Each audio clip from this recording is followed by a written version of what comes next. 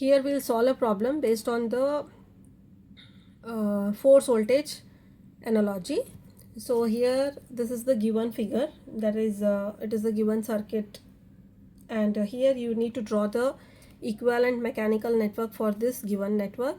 You have to write the differential equation describing the system, and also you have to draw the FV analogous electrical circuit after writing the corresponding electrical equation. Okay, this is the question. Now first we'll analyze the figure here. You have two masses m1 and m2. Now the force is applied on F of t. Now in between m1 and m2 you have a spring k1. So here, because of this, you will be having what?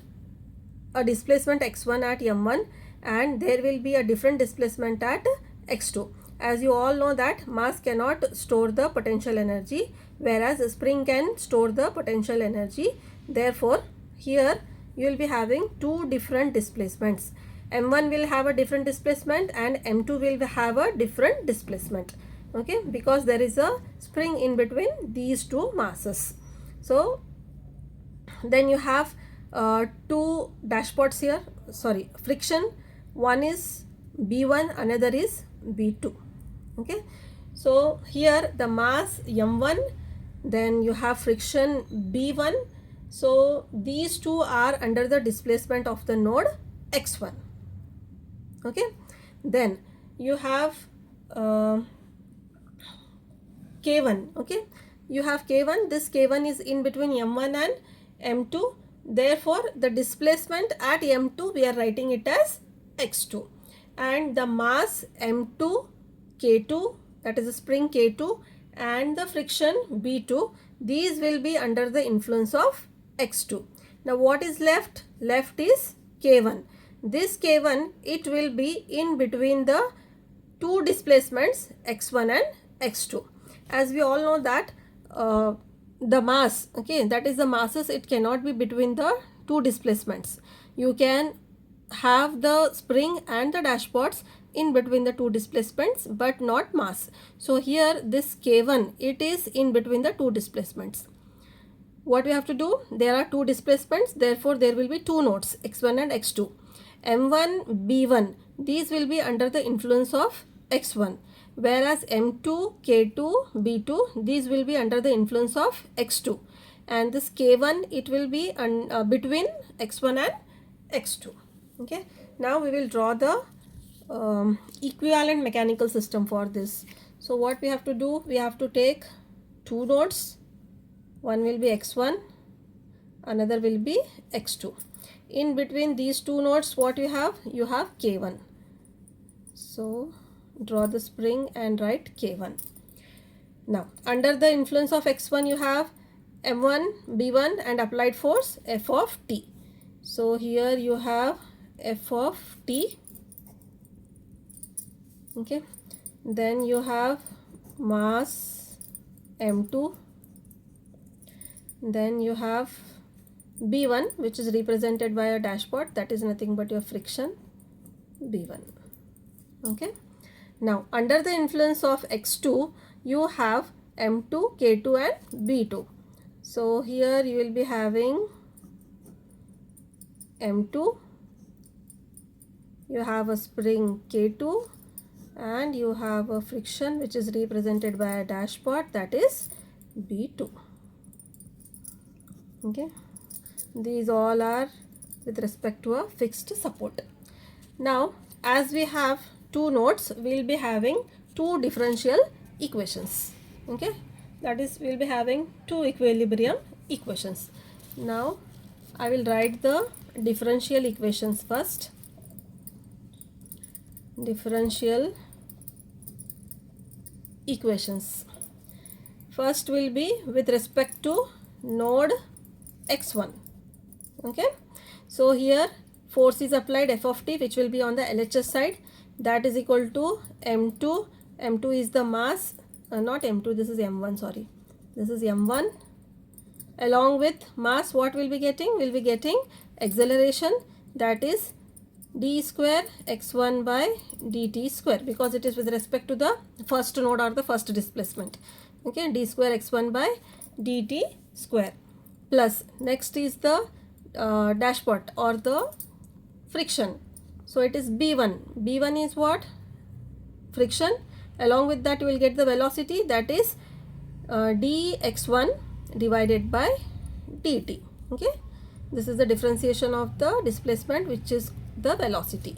Then plus you have the spring k1, which is in between x1 and x2. Now we are writing the equations for x1. Therefore here you have to write it as k1 into x1 minus x2. When we'll be at this node, at that time we'll write it as x2 minus x1. So take this as equation number 1. Now for second equation, we have to go to the node x2 and we'll write the second equation, that is with respect to node x2. Okay, so here the LHS will be 0. That is equal to, you will be having m2 along with this acceleration d square x2, because we are writing with respect to node x2. Then plus you have dashpot b2, along with this you will be having dx2 by dt. Okay, then plus you have spring also here, so k into x2, sorry k2 into x2. Then plus again you have a spring k1 in between x1 and x2. Now because we are writing the equation with respect to x2, we have to include this also here. So this can be written as what? K1 into x2 minus x1. Take this as equation number 2. See, in equation number 1 we have written it as x1 minus x2 because we were writing the equation for x1, node x1. Now we are writing the equation for node x2 in equation number 2. Because of that we have taken it as x2 minus x1. Now list the analogous elements with respect to force voltage analogy.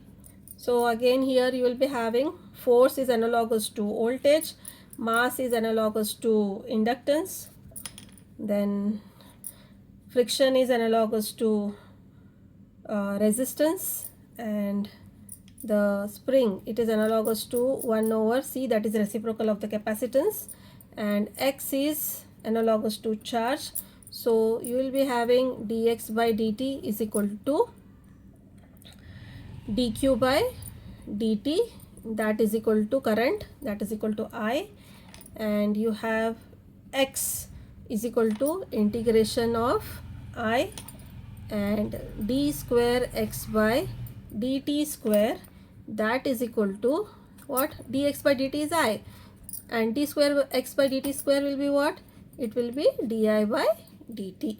So these all are the analogous elements. Now we will replace the elements in the equation. Okay, so for first equation will become what? F of t, force is analogous to voltage, therefore it will become what? It will become V of t. Okay, then next m1, m is analogous to L, therefore m will be replaced by L1. d square x1 by dt square, d square x by dt square is what? It is di by dt, therefore write it as di by dt, plus b1, b is analogous to resistance, b1 will be analogous to r1. Okay, dx1 by dt, dx by dt is I, so here this will be I1, plus next you have k is analogous to 1 by c, 1 by c means it will be 1 by c1. Okay, now you have x1 and x2. What is x? So here x is integration of I.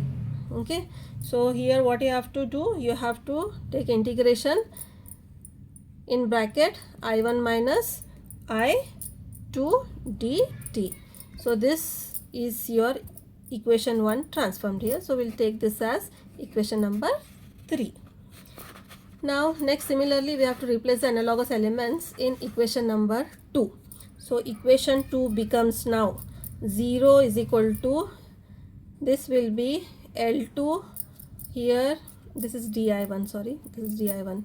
Okay, di2 by dt. Okay, plus then you have what? You have B2. B2 means it is R2 dx by dt, that is I2, plus K2.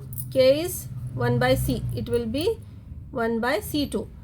Now x2, x is integration I, so integration I1 x2, no, so it is integration I2 dt. Okay, then plus K1. K1 is what? K is analogous to 1 by C, so 1 by C1 in bracket x2. X2 is what? X is what? X is integration of I, so here integration of x2 is I2 minus I1 dt. So this is your equation number 4. So now we have written all the equations. We'll draw the diagram now. How many equations are there? You have 2 equations, therefore there will be 2 loops. Now in the first loop we will be having a voltage source, that is V of t. Okay, then what you have? You have L1, then you have R1. Okay, now you can see here in these 2 equations 1 by C1 is there, I1 minus I2, and for second equation it is C2, sorry, it is C1 only, C1. You have C1, okay, I2 minus I1, so this 1 by C1 it is common to both the loops, so it will be a common branch, that is capacitor. This will be equal to C1, so it can be written, it should be written as 1 upon K1. Okay, this is the first loop, and here you have the current I1. Okay, next extend this loop here to the second loop. Second you have L2, then you have R2. Okay, already we have drawn this 1 over C1 I2 minus I1. Here this is common branch. Now C2, take the capacitor C2 in bracket. For this you have to write it as 1 by K2, and here the current will be I2. Okay, so this is the force voltage analogous electrical network.